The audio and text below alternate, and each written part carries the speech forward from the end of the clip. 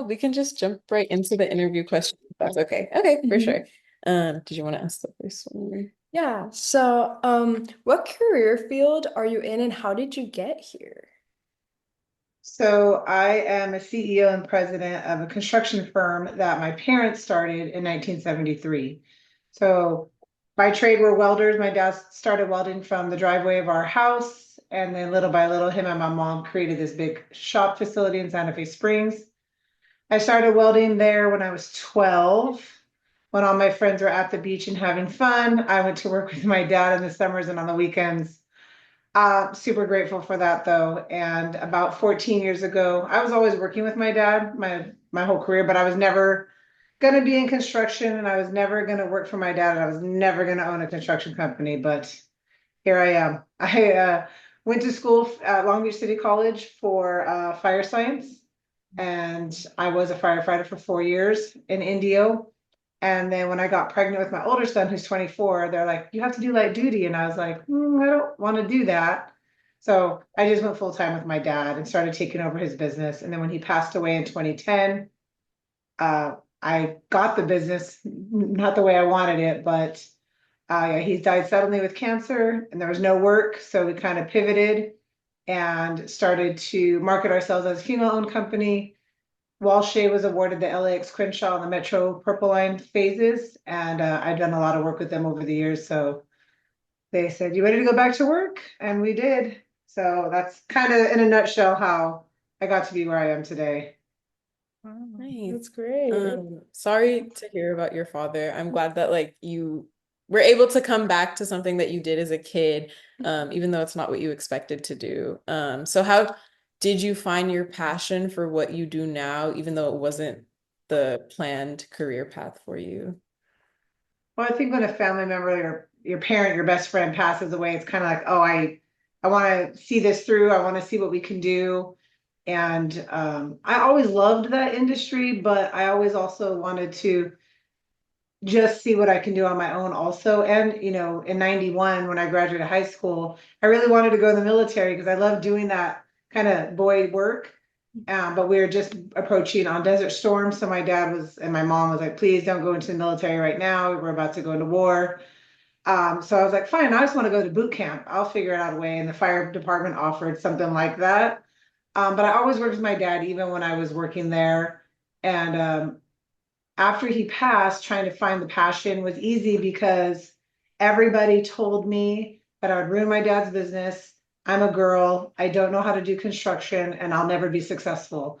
So even family members and either people, and even to this day, people tell me that, like, oh, we just thought that you would never be able to do it.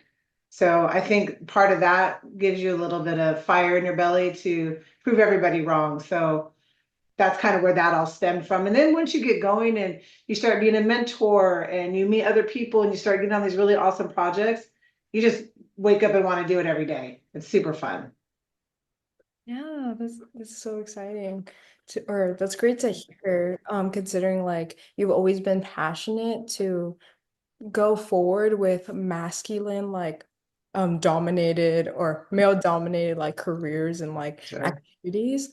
Considering your experience because you've had to go through these like little internal battles by being a woman, who are your biggest inspirations to provide that passion for you? They change along the ways over the years because when I first was doing this, there weren't a lot of people like me. It wasn't like I was walking into a facility or a job site and I saw tons of women. I didn't see any. So in the beginning, it was definitely my mom. My mom was and is an amazing mom. She's got 4 kids. She, prior to working with my dad, worked in a nuclear war plant in Southgate Wow. doing machinery. And then she would come home. She'd feed 4 kids. I'm the youngest of four. She would take care of my dad, pack his lunch, help him work on the car. So seeing my mom really have that work-life balance created me to say, you know what? Yes, I get to work. I do have 3 children. I have 20 employees, but you have to keep going. And then as you start going through the process of just your day to day, my sisters are my partners. So good, bad, and different. If we're fighting or getting along, you always push each other to the next level. And sometimes that's, it's really great. And then when you start meeting other women, like Robin, I met her a couple years ago, super inspiring. I love working alongside her.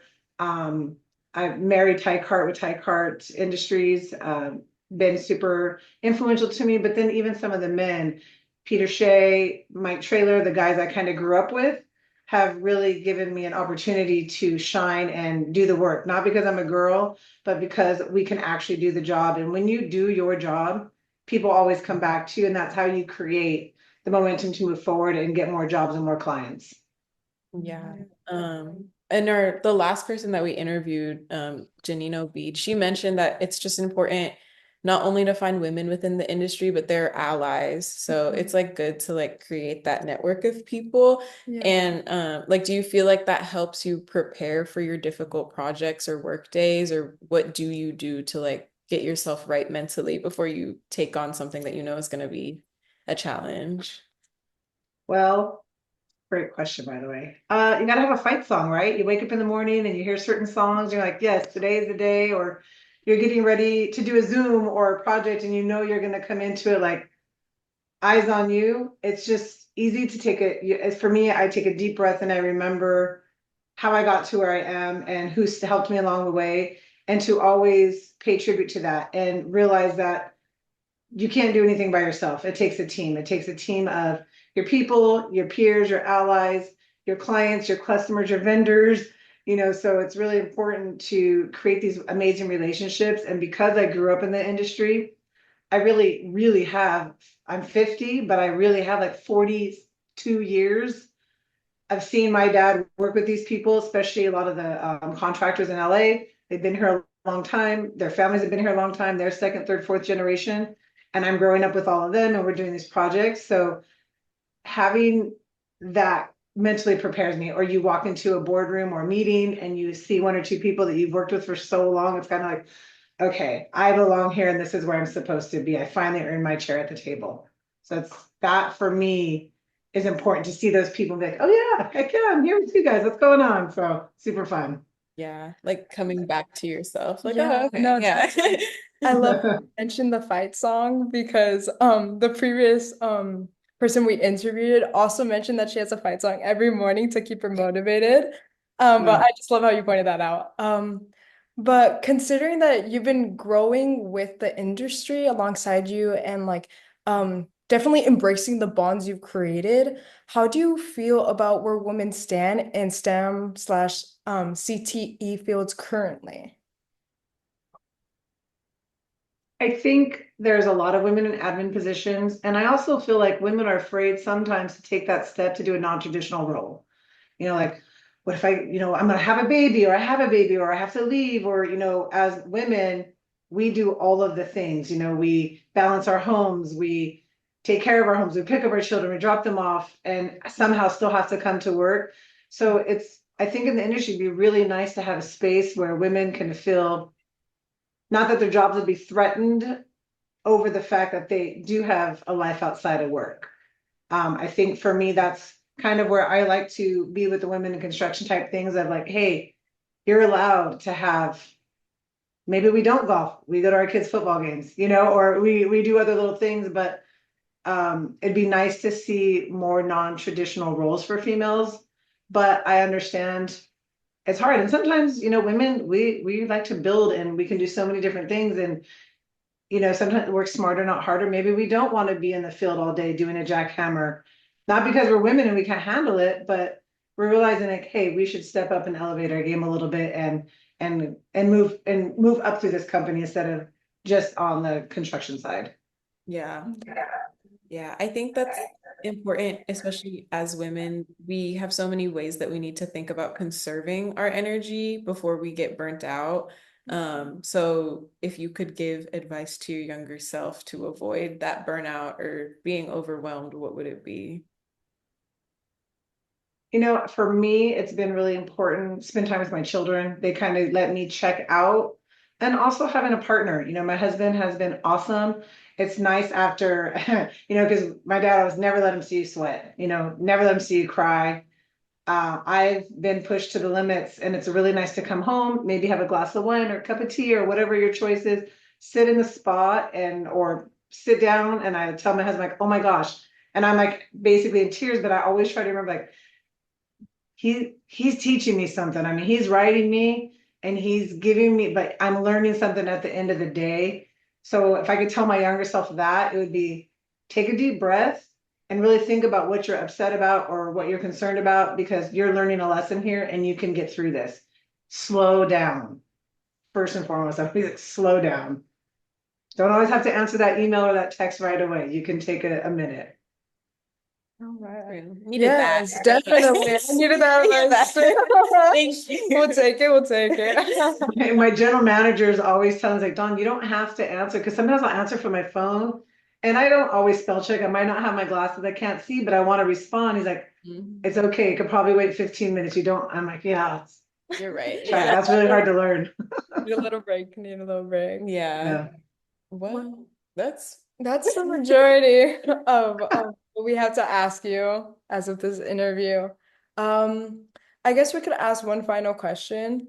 So considering your experience along the way, as we mentioned, you've had a lot of prior experience from your father and then growing up alongside the industry. What would you say would be like the perfect your like envision of how STEM / the CTE workforce would be in 10 years? Like, what would you want to see from there? More tradespeople, honestly. You know, when we go out to hire, we're trying to hire tradespeople, welders and fitters, machinists. They're just not there. You know, our youth wants to go to school and they want to sit at their desk, they want to work remotely, and they don't want to engage.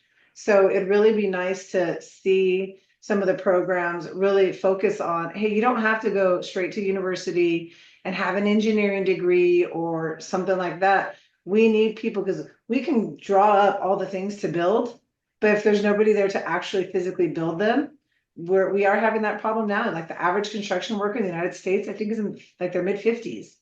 So we're not seeing a lot of youth want to do some of the hands-on, you know, yeah. labor, if you will, that we used to see in the past, you know, being a blue collar worker and everybody wants to kind of get in the office and have the 9 to 5 and put their laptop and check out. But we really need to realize that we're gonna have a problem soon, maybe not in my lifetime, maybe y'all's, but it's gonna be tough to get things built if we don't have enough people to do it. I definitely see that as an issue. That's interesting. That's Yeah. something that I haven't heard a ton of people talk about before. I think because everybody is so reliant on like new tech, it's like, okay, but there are certain skills that only a person can do.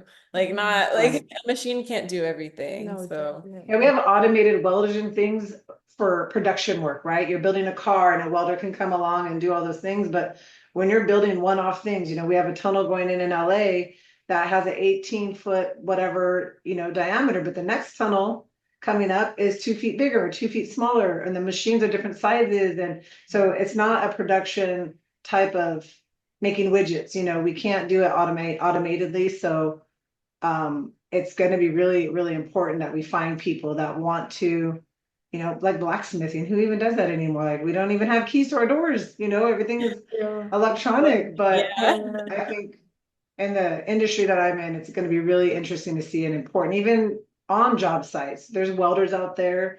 There's people, maintenance people fixing their equipment. And if we're not training people to be mechanics, because a computer can't always fix if someone breaks a piece off the backhoe, you know, computer can't come fix that. You need a person to actually do that. So I think that's going to be really important to see. I love what the junior colleges are doing. I'm a big advocate for junior colleges and their trade programs. I'm a junior college graduate, so I didn't go to university. Yes. And I love it, you know, because you don't have to go get some fancy degree on your wall. You see, I don't have any of mine, but yeah, it's really important that youth knows that you can have a great job and a great life and a great career without going into $200,000 debt for certification on your wall that you might never use. Yeah. No, that's definitely something to keep agree. in mind. Yeah. Yeah. But yeah, that's it for the most part for our interview. Thank you so much.